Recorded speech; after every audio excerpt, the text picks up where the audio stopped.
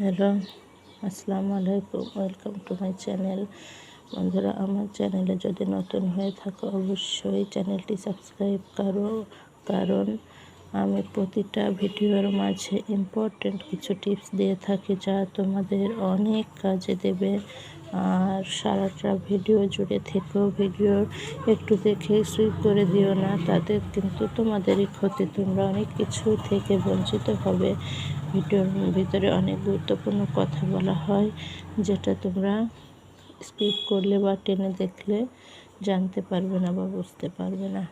তো বন্ধুরা, তোমরা যে যেখান থেকে দেখছো, কোথা থেকে দেখছো, কে কে দেখছো, তোমাদের নামটা বলো, জায়গার নামটা বলো। বন্ধুরা, লাইক শেয়ার দিয়ে পাশে থেকো।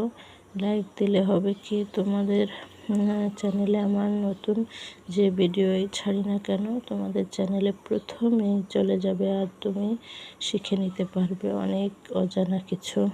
তো বন্ধুরা, এটা হচ্ছে কাঁঠালের ইঁচড়।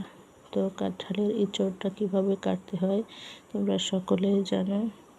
তো তারপরেও বলে দিয়ে দেখো, এই যে ভিতরের বাইরের সবুজ অংশটা ফেলে দেবে, এরকম টুকরো করে কেটে বাইরের সবুজ অংশটা ফেলে দিয়ে এভাবে টুকরো টুকরো করে কেটে নেবে।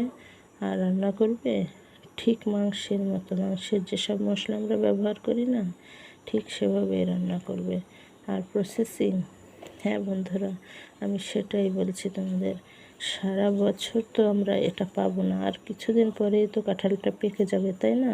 কিন্তু সারা বছর আমরা কীভাবে খাবো? হ্যাঁ হ্যাঁ, অবশ্যই খাবো আমরা সারা বছর। কেন খাবো না? কারণ আমরা সঠিক প্রসেস করে খাবো। এই যে এভাবে কেটে তুমি কি করবে, একটু সিদ্ধ করবে। সিদ্ধ বলতে কি, হাফ সিদ্ধ, এটা যেন গলে না যায়, ঠিক আছে?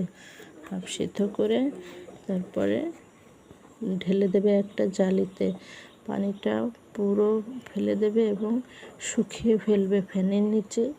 একেবারে পানিও শুকিয়ে যাবে, ঠান্ডা হয়ে যাবে, ঠিক আছে? তারপর তুমি এয়ারটাইট কন্টেনারে করে তোমার পরিমাণ মতো তুমি ডিপ ফ্রিজে রেখে দেবে। ব্যাস, হয়ে গেল। যখন তোমার মন চাইবে সারা বছর তুমি বের করে এই ইঁচড়টা খেতে পারবে। এটাকে কেউ সবজি বলে, কাঁচা কাঁঠালের সবজি, কেউ ইঁচড় বলে, তো আমি ইঁচড় বলি বন্ধুরা।